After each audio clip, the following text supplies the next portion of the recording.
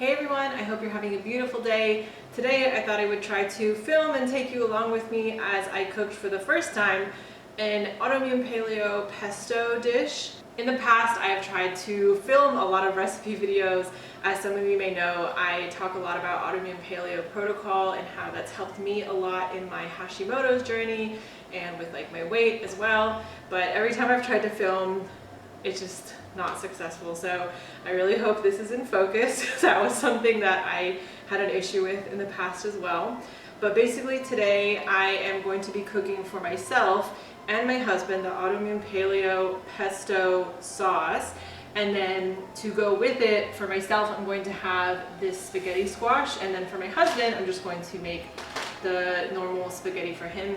He tries to eat as AIP with me, like just as possible, because it's easier to make dishes. Obviously that'll be for both of us, but then he will add on the things that, like, if he doesn't need to cut out bread, then he won't cut out bread. And for some protein for both of us, we're gonna have grilled chicken as well. So here in front of me I have a variety of spices and like garlic and the veggies and everything I need. So because this is kind of like multi-stepped, because when I'm eating AIP and my husband is having a component that's not, I need to make sure that we separate things.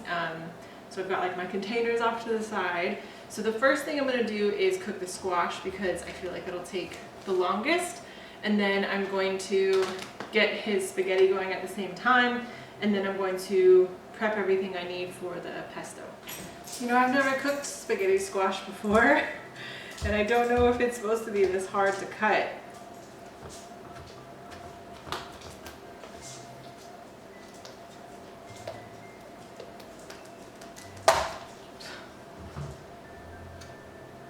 Okay.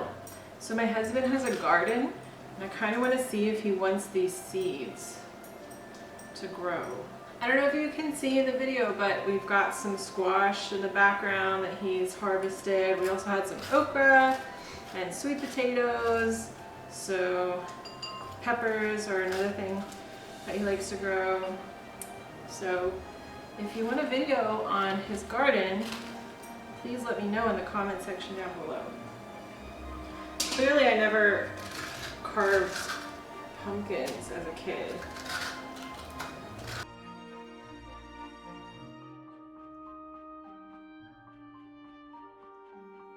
So my husband helped me successfully scrape out all the insides, and then I drizzled with olive oil. What's interesting is that in most AIP recipes I've always used coconut oil, like that seems to be the default, but I don't tend to, like this whole time I've never really cooked a lot of Italian flavored or Italian based recipes. Like typically with AIP I tend to do just like meat and veggies, more like southern flavors, or like Spanish flavors, or Mexican, like Asian as well, like a lot of curry flavors and that kind of stuff too.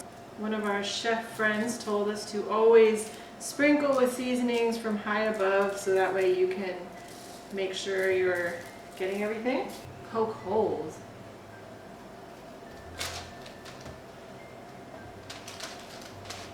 I wonder if I do it like aggressively. So I think I'm gonna get the pesto ready and then do the chicken, so that way I can saute the chicken and then stir in the pesto sauce to that, and then hopefully it should all line up at the same time. Okay, so for the pesto we need 1.5 cups of freshly chopped basil.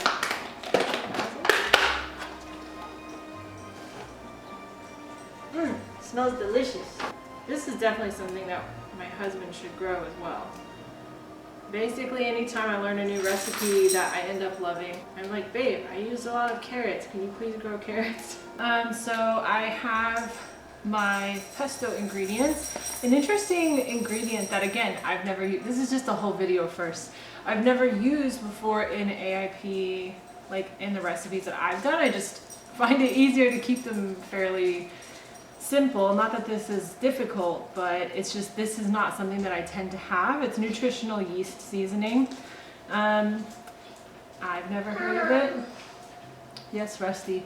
It's very odd. I've never heard of it, but apparently It's in an Autoimmune Paleo recipe, so I trust it. This is something we received as a wedding gift, and we kind of forgot that we had it, so I'm going to use it for the first time today.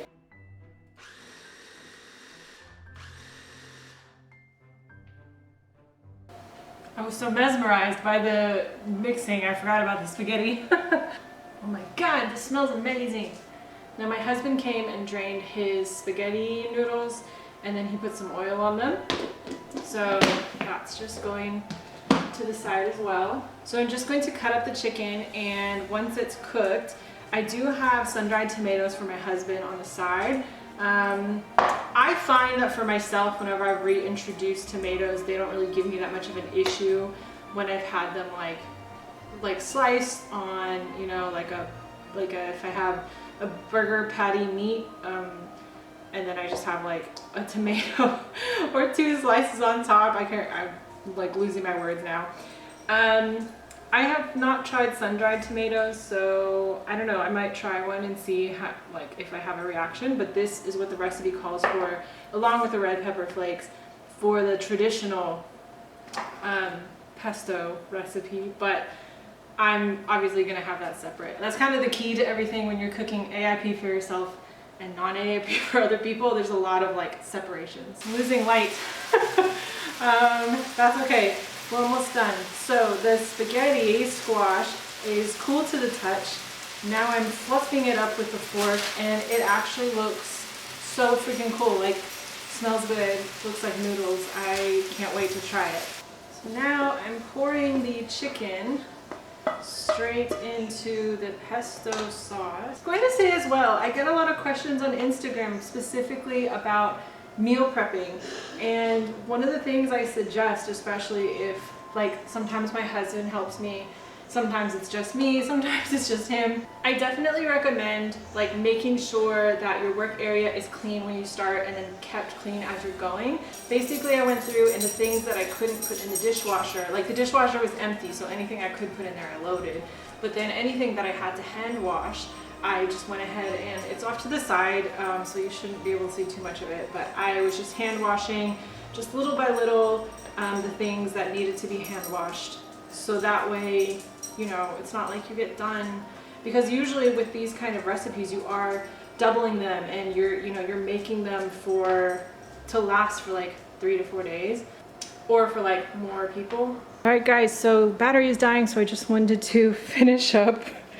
And these guys are hungry too. I know this looks kind of like soupy and sloppy. Like I said, I think I maybe did a bit too much oil, but I think it'll work out, because when you mix it, like typically you would mix this with your noodles. There you go. I have already taste tested it and it tastes amazing. I can't wait to eat that this week. All right guys, well, I hope that you enjoyed. This was my first time making this. Like I said, I don't know why I waited so long.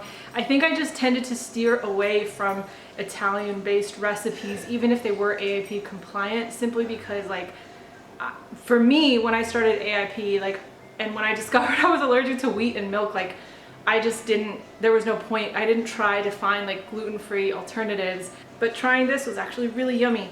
So I hope that you give it a try. I'm gonna put the recipe and the instructions down below and the links to all that. If you haven't tried this before and you do end up cooking it, let me know what you think. And if you've had it before, let me know your thoughts in the comment section down below. But if you have any specific requests or specific questions, let me know down below. But otherwise, I'll catch you in the next video. Have a beautiful day. Bye.